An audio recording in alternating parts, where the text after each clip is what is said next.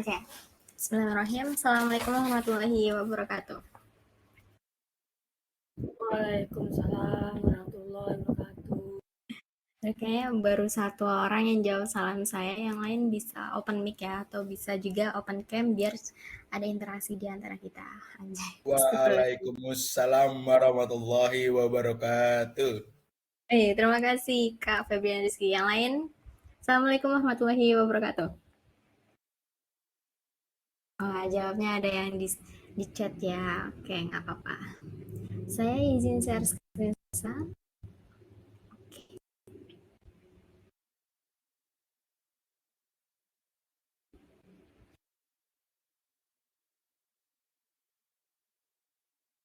Apakah sudah terlihat, teman-teman?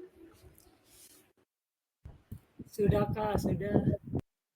Ya, sebelum mulai, gue pribadi sangat mengucapkan terima kasih buat teman-teman yang udah hadir di acara webinar ini, yang harusnya kalian lagi istirahat, lagi makan siang, lagi tidur gitu kan, kalian malah ikut webinar ini. Gue sangat berterima kasih banyak buat teman-teman semuanya.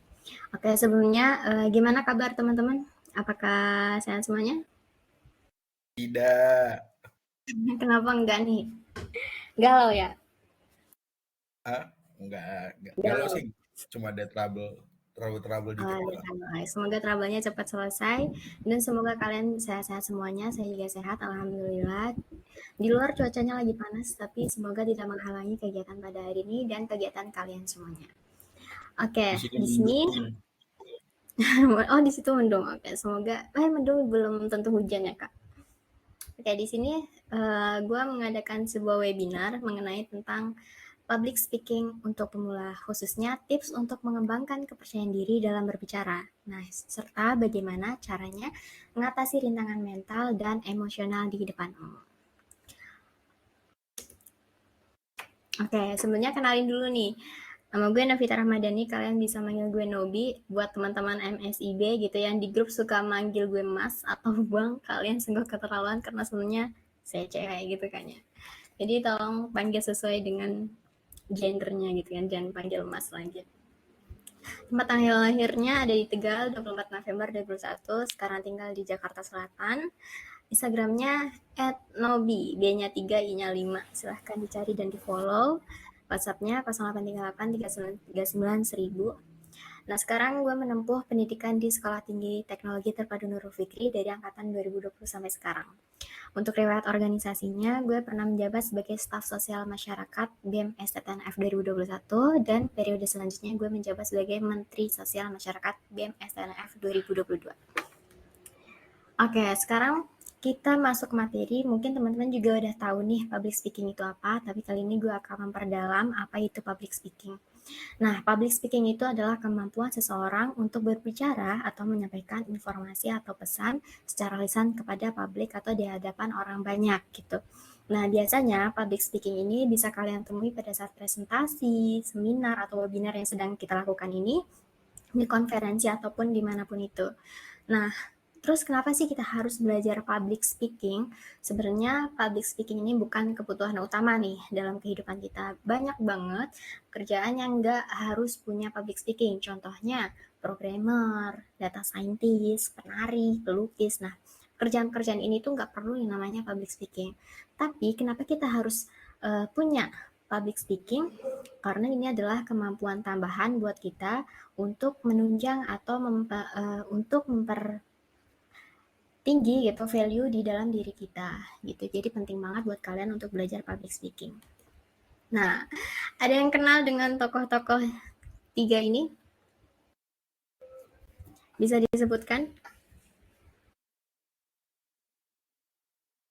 Kalau belum, saya kenal ini. Kenal Kak. Siapa? Itu yang tengah, ibu saya cantik banget. Saya takut ada bakso.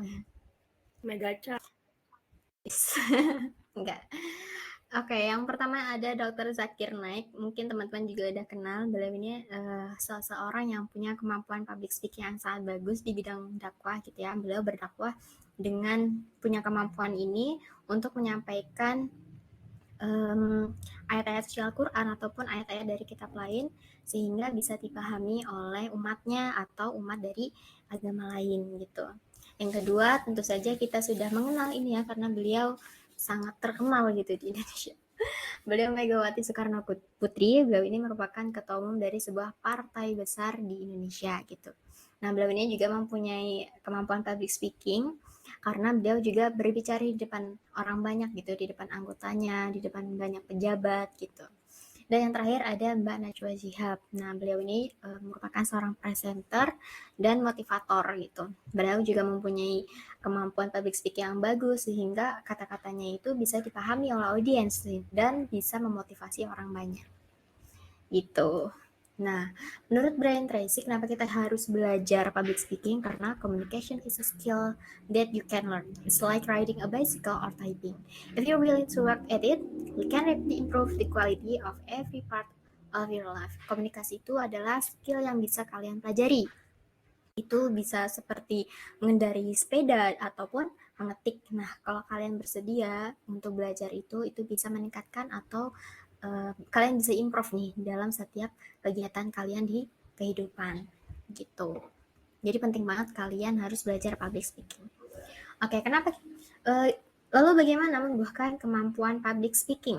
Yang pertama, kita harus berlatih secara rutin. Nah, caranya gimana? Mungkin ada di sini yang merupakan seorang introvert gitu, tapi pengen banget nih punya kemampuan public speaking. Caranya gimana? Kalian cuma butuh media seperti cermin kecil ini. Nah, kalian bisa berlatih di depan cermin gitu. Kalau misal kalian adalah seorang introvert, kalian berbicara di depan cermin dengan membaca ataupun membaca seperti artikel, berita, ataupun kalian membaca sebuah materi dengan teknik public speaking. Nah, terus apa sih teknik-teknik public speaking itu? Ada banyak banget teknik public speaking. Sebenarnya ada teknik bernapas, teknik artikulasi yang jelas, body language, eye contact, dan lain sebagainya. Nah, teknik-teknik ini kalian bisa ditemukan atau ditemui di YouTube ataupun di artikel-artikel yang ada di Google gitu. Contoh akun YouTube atau konten kreator di YouTube yang bisa kalian tiru teknik public speakingnya ada Alan Albana. Kalau di Instagram ada Raden Hanif dan atau kalian bisa menggunakan teknik-teknik dengan sesuai ciri khas kalian masing-masing. Itu yang ketiga adalah menggunakan feedback. Setelah kalian belajar secara mandiri atau di depan cermin, kalian harus memberanikan diri untuk menyampaikan teknik atau menyampaikan kemampuan public speaking kalian di depan keluarga ataupun teman. Kemudian minta mereka untuk menyampaikan feedback. Fungsinya apa? Biar kita tahu nih hal-hal apa yang kurang dari kemampuan kita ini gitu. Jadi kita bisa mengevaluasi apa yang kurang sehingga kita bisa memperbaiki untuk kedepannya gitu. Terus caranya mengembangkan kepercayaan diri dalam berbicara. Mungkin ada orang yang bisa ngomong banyak di depan orang tapi nggak pede gitu. Nah, terus gimana sih caranya mengembangkan kepercayaan diri gitu ya? Pertama, kita harus menuliskan poin-poin penting. Nah, poin-poin penting ini bisa kalian tuliskan dalam sebuah catatan kecil. Jadi poin-poinnya aja nih, ataupun rundown-nya. Rundown itu sebuah acara gitu, rangkaian acara bisa kalian tuliskan dalam sebuah catatan kecil. Jadi kalau kalian lagi ngomong nih di depan orang banyak terus kalian lupa, kalian bisa ngintip-ngintip dikit gitu. Apa sih poin selanjutnya? Nah, jadi kalian nggak terpaku gitu. Jadi itu bisa meningkatkan kepercayaan diri. Yang kedua adalah perdalam interaksi dengan audiens. Kenapa kita harus menjalin interaksi? Karena kita harus membuat komunikasinya itu tetap hidup antara speaker dengan audiens. Caranya gimana? Kalian bisa mengajukan beberapa pertanyaan kepada audiens. Contohnya, bisa kalian tanya-tanya kabar atau bisa kalian minta feedback dari acara tersebut sehingga ada interaksi antara speaker dan audiens. Nah, selanjutnya adalah gunakan bahasa tubuh dan eye contact. Kenapa kita harus menggunakan bahasa tubuh atau body language? Itu bisa menekankan apa yang akan kita sampaikan, tapi kita juga nggak boleh berlebihan dalam menggunakan body language karena itu bakal mengalihkan fokus audiens. Jadi audiens bakal berpikir nih orang lagi ngomong atau lagi latihan busu nih, kayak kebanyakan gerak gitu. Jadi itu bisa mengalihkan fokus dari audiens. Kemudian eye contact juga. Kenapa kita seorang speaker harus menjalin eye contact dengan audiens? Karena kita bisa mengontrol fokus dari audiens sendiri. Nah, selanjutnya adalah hindari kata atau mesti banyak banget yang masih ngomong tapi masih suka nyeletuk kata atau saya juga sering ngomong kayak gitu ya secara nggak sadar gitu. Nah, kalau misal kita kebanyakan ngomong atau itu tuh bisa menurunkan sebuah profesionalisme dari seorang speaker. Nah, caranya gimana biar nggak terlalu banyak ngomong dan kan bisa berhenti sejenak atau kasih jeda sedikit untuk kalian berpikir nih, apa kata-kata yang akan saya keluarkan saat saya mau berbicara. Nah, kalian juga bisa nonton, bukan nonton, lihat catatan kecil yang sudah kalian catat gitu di catatan kecil. Nah, selanjutnya yang terakhir adalah berpenampilan menarik atau rapi. Nah, ini juga sebagai poin penting. Kalian sebagai speaker itu harus berpenampilan menarik atau rapi gitu kan. Jadi audiens juga akan nyaman pandangannya terhadap seorang yang berbicara di depannya gitu. Kalau misal kita berpakaian yang tidak bagus atau tidak rapi, orang-orang juga nggak tertarik apa yang kita omongin gitu. Nah, selanjutnya adalah rintangan pada saat public speaking. Yang pertama itu depan panggung atau gugup atau nervous gitu. Sebenarnya nervous itu hal yang normal, nggak cuman seorang speaker aja gitu yang bakal nervous kalau ngomong di depan umum gitu. Banyak orang-orang yang bisa nervous gitu. Selanjutnya, komunikasi yang tidak efektif. Nah, kalau misal kalian ngomongnya udah panjang lebar, udah kayak nggak teratur gitu kan. Ini adalah komunikasi yang tidak efektif, sehingga audiens pun nggak jelas apa yang kalian sampaikan. Mereka nggak paham apa yang lu ngomongin gitu. Kalau misal lu ngomongnya terlalu bla bla bla bla banyak banget gitu. Terus ada body language yang buruk seperti yang sudah jelaskan. Kalau kalian terlalu banyak atau berlebihan menggunakan body language, itu juga akan mengalihkan fokus seorang audiens. Nah, yang keempat ada teknologi bermasalah. Sebenarnya ini adalah rintangan yang tidak terduga-duga. Contohnya seperti tidak muncul yang bermasalah gitu kan. Itu adalah rintangan yang tidak terduga-duga gitu. Jadi ini adalah sebuah hambatan seorang speaker. Yang kelima ada lupa kata atau konten. Ini kalau misal kalian tuh nggak punya catatan. Nah, kalau kalian lagi ngomong di depan nggak punya catatan kecil, gitu kan, terus kalian lupa atau konten itu kan sangat mengganggu jalannya acara gitu kan. Jadi kalian tuh kayak, duh gimana nih, gue mau ngomong apa, lupa gitu. Nah, yang keenam ada audiens tidak terkendali. Nah, kalau kalian menemukan sebuah audiens yang tidak terkendali, contohnya kayak audiensnya udah ngantuk, udah ngomong sendiri, udah main HP sendiri, udah pokoknya nggak beraturan banget. Dan ini adalah rintangan seorang speaker gitu. Selanjutnya, caranya ngatasi rintangan dan emosional dari rintangan di slide sebelumnya ya. Yang pertama kita harus tenang dulu. Take a breath gitu kan. Kita harus tenang dulu, menenangkan diri gitu. Jangan menenangkan audiens gitu. Terlebih dahulu itu harus mengatasi diri kita sendiri. Kalau kita tenang, kita pun bisa mengatasi rintangan di depan mata kita. Nah, yang kedua ada alihkan perhatian audiens. Kalau audiensnya udah nggak teratur suasananya, nah kita mengalihkan perhatian audiens dulu. Caranya gimana? Ya kayak tadi, bisa mengalihkan dengan pertanyaan-pertanyaan atau kalian tanya feedback atau kalian kayak wawancara gimana sih kayak tanya-tanya kabar namanya siapa sih gitu padahal kita nggak kenal sama sekali tapi kan untuk mengalihkan audiens kita harus berani SKSD gitu sama audiens. Nah, yang terakhir adalah gunakan humor atau ice breaking. Nah, fungsinya adalah kalau misal audiensnya udah nggak teratur juga gitu kan. Jadi udah hilang fokus lah intinya di sini adalah speaker harus menggunakan humor atau ice breaking. Nah, ice breaking ini bisa bentuknya banyak banget lah pokoknya ice breaking tuh. Ada ice breaking permainan, ice breaking quiz dan lain sebagainya. Nah, untuk tips-tips ice breakingnya bisa kalian lukit-lukit nih di Instagram gue juga banyak banget. Karena dengan adanya ice breaking, menurut Herbert Gardner, once you get people laughing, they're listening and you can tell them almost anything. Kalau kamu bisa membuat orang itu tertawa gitu, mereka akan mendengarkan dan kamu bisa berbicara hampir semuanya gitu. Oke, saatnya kita sesi Q&A. Teman-teman bisa open mic yang mau bertanya ya. Atau bisa lewat room chat.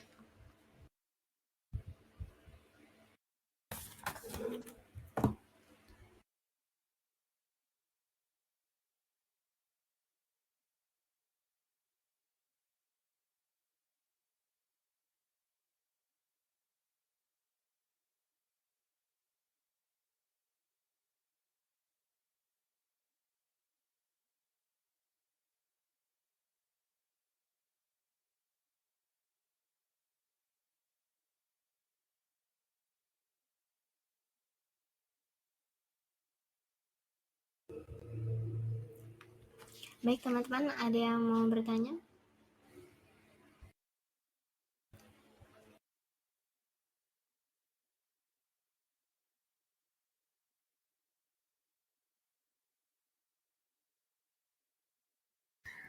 Oke, dari Febian Rizky, Kak, aku mau tanya, aku orangnya introvert, gimana sih Kak caranya naikin tingkat rasa percaya diri itu gimana? Nah, mungkin seperti yang sudah saya jelaskan yang tadi ya, kalau introvert tuh pengen punya kemampuan public speaking, kalian harus bisa memberanikan diri untuk berbicara di depan cermin terlebih dahulu.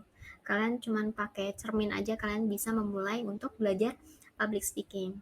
Nah, untuk naikin rasa percaya diri juga, kalian juga harus sering-sering berlatih gitu, minta atau belajar menyampaikan sesuatu di depan keluarga ataupun teman-teman kalian gitu.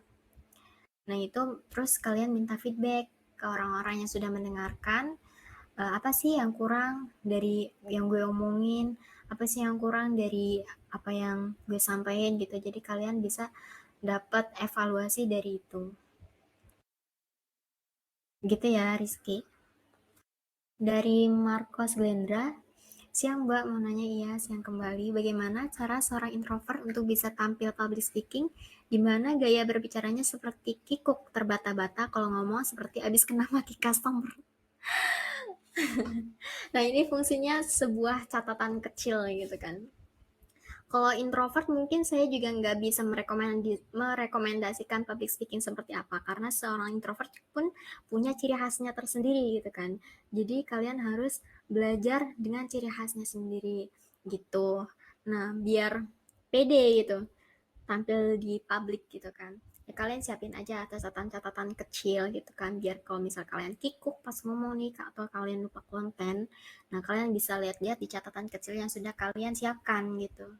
Jadi kalian nggak harus apa namanya kikuk lagi lah, karena kalian udah menyiapkan solusinya. Dari Azam, Kak, bagaimana membangun hubungan dengan audiens yang kuat dan mempertahankan perhatian mereka selama presentasi, terutama jika kita berbicara dalam waktu yang lama atau topik yang kompleks. Untuk membangun hubungan dan audiens yang sama, tadi kita harus menjalin interaksi gitu kan. Terutama kita juga harus tahu juga nih suasana dari audiens tersendiri gitu. Kalau misalnya kita udah tahu nih audiens nih suasananya udah kayak bosen, udah apa namanya kayak sibuk gitu kan. Nah, fungsi kalian sebagai speaker adalah mengalihkan perhatiannya.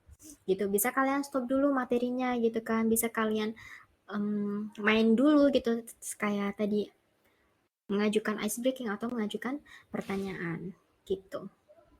Jadi tidak harus kayak terus-terusan 1 jam kalian materi, itu otomatis kan kita yang mendengarkan juga bosan gitu kan, juga ngantuk gitu.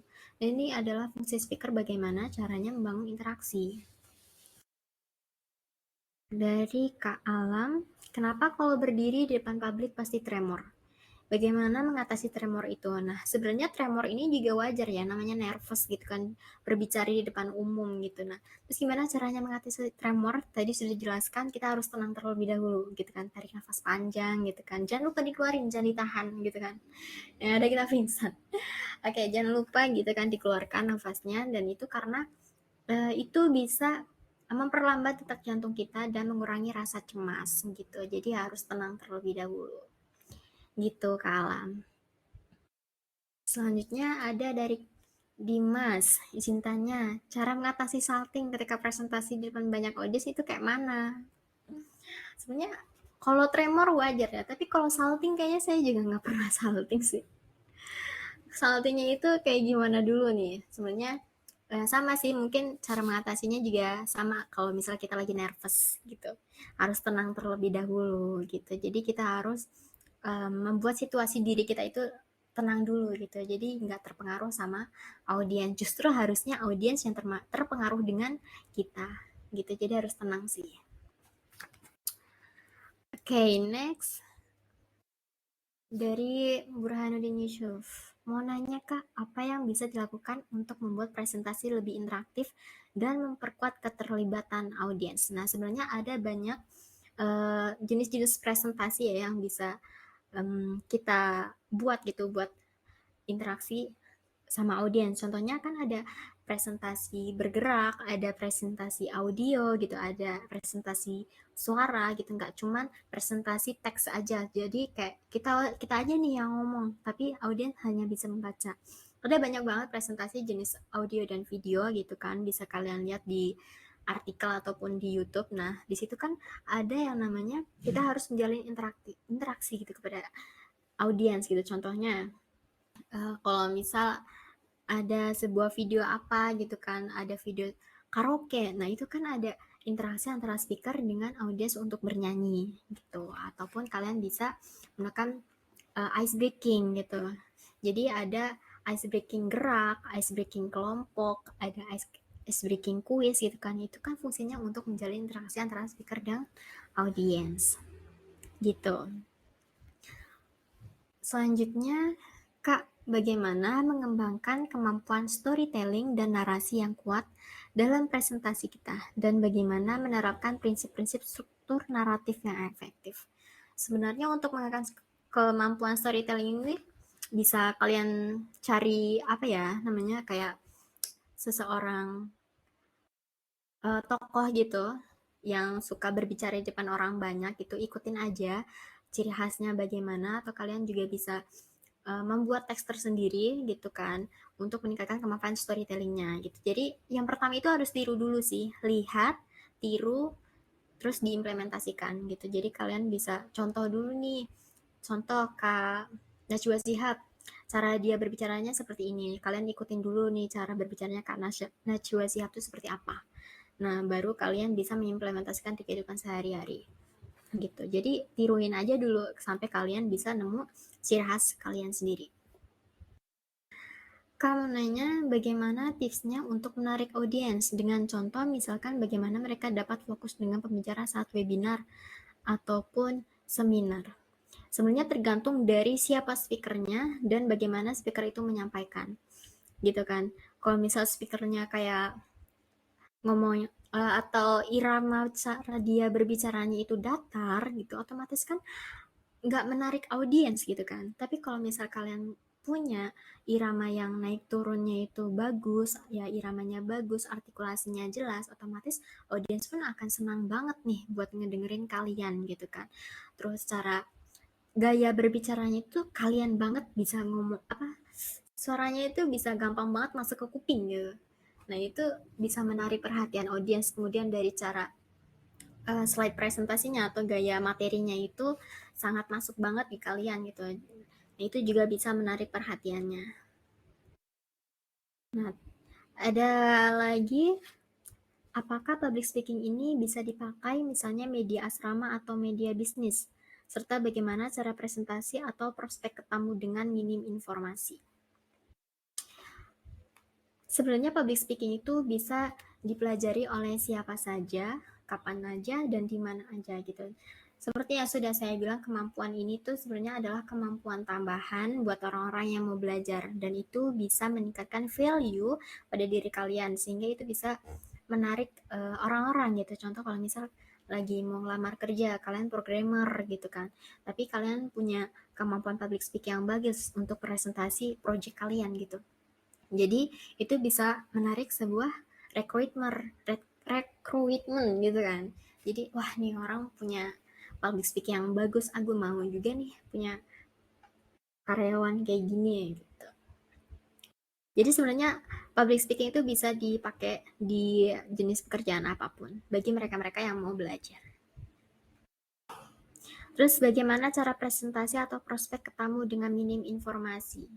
Sebenarnya jangan sampai kalian punya informasi yang minim gitu kan. Jadi kalian tuh harus punya informasi yang lengkap, yang kompleks, dan itu kalau misal ada orang lain yang bertanya mengenai informasi yang kalian sampaikan itu tidak terbata-bata gitu.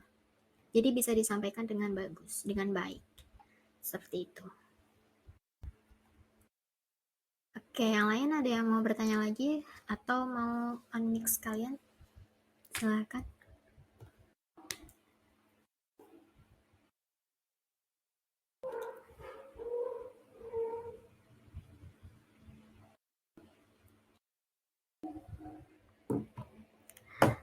Oke. Ada yang mau bertanya lagi, teman-teman?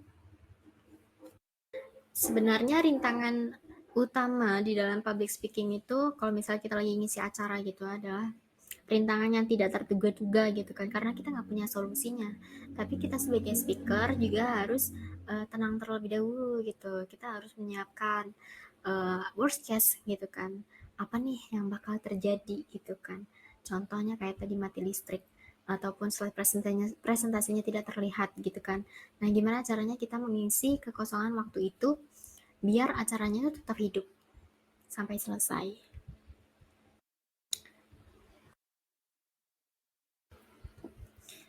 Ini ada yang ngetik tapi lama banget.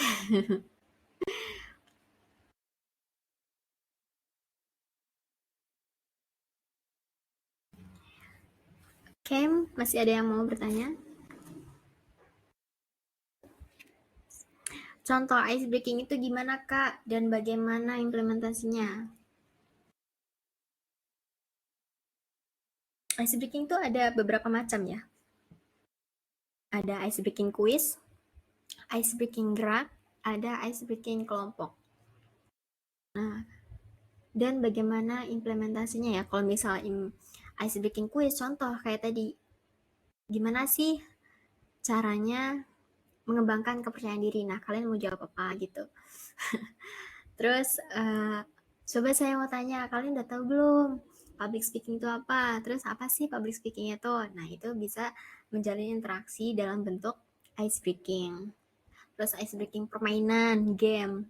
Gamenya kan ada secara individu dan kelompok. Nah, itu biasanya ice breakingnya secara offline itu lebih seru sih.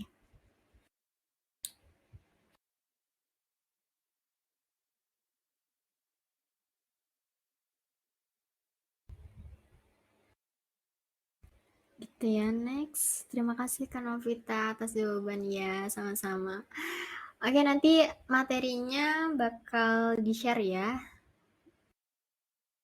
bagi yang mau.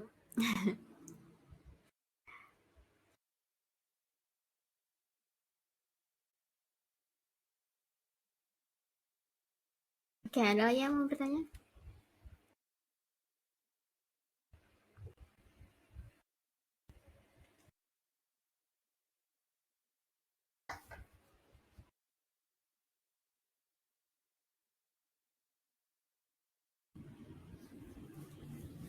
Oke, mungkin kalau misal tidak ada yang bertanya, bisa kalian mengajukan pertanyaan lain bisa melalui kontak saya ya, ada di Instagram ataupun WA saya yang sudah tertera di biodata.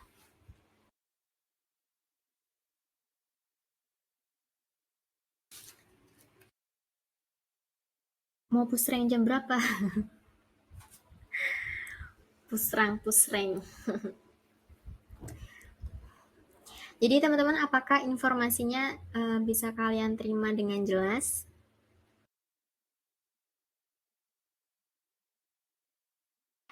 Materinya tidak cukup banyak ya, karena hanya sedikit-sedikit untuk pemula gitu. Jadi kalian bisa belajar dari sini, karena kita juga masih sama-sama belajar ya.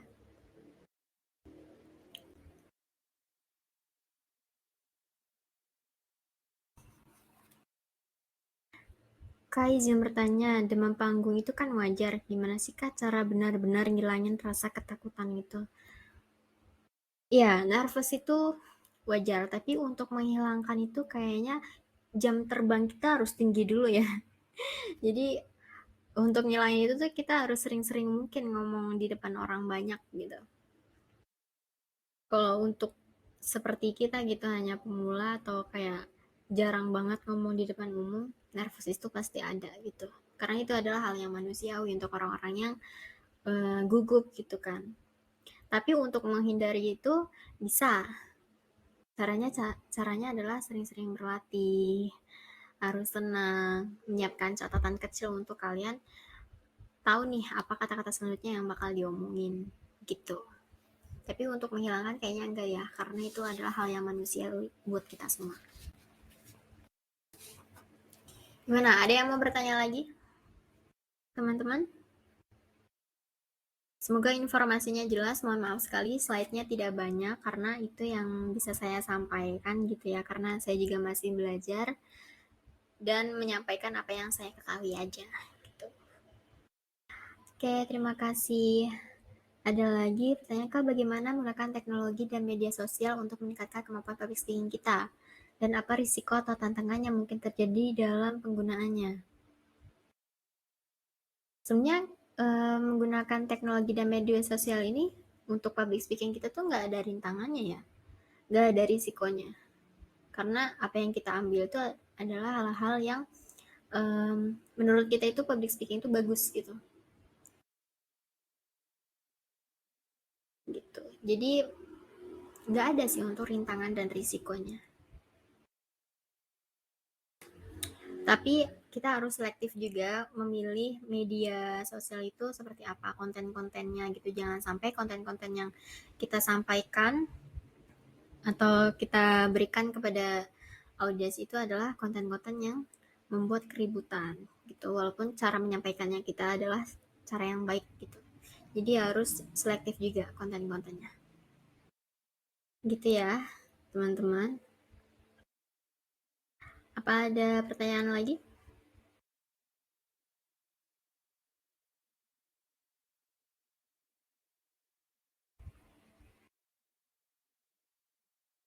Dan masih saya tunggu ya untuk pertanyaannya.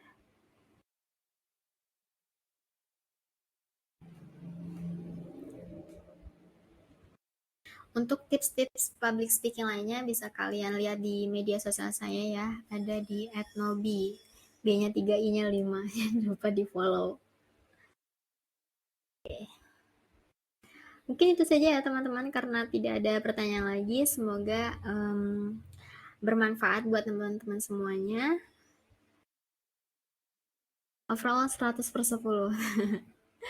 Oke, terima kasih buat teman-teman yang sudah meluangkan waktunya, sudah mau belajar bareng-bareng sama saya gitu kan. Semoga ilmunya bermanfaat, bisa kalian implementasikan di kehidupan sehari-hari gitu kan, bisa kalian juga sebagai acuan untuk kalian belajar. Semoga bermanfaat juga buat saya gitu kan, karena saya juga dapat pertanyaan banyak gitu dari teman-teman semuanya. Jadi saya tahu nih rintangan-rintangan atau yang kalian bingungin tentang public speaking gitu. Oke, terima kasih teman-teman semuanya. Silahkan melanjutkan aktivitas kembali. Saya Novita Rahmadani undur diri. Assalamualaikum warahmatullahi wabarakatuh.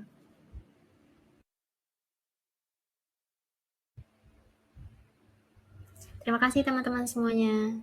Untuk mendapatkan sertifikat, kalian harus isi kuisioner terlebih dahulu ya. Dan tunggu dari panitia. Ya, terima kasih semuanya. Silahkan melanjutkan aktivitas kembali.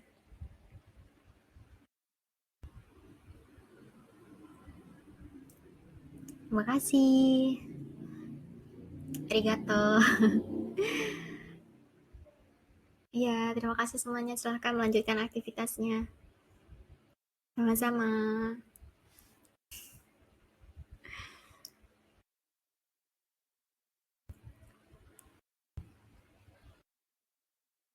Terima kasih semuanya. Saya izin tutup roomnya ya.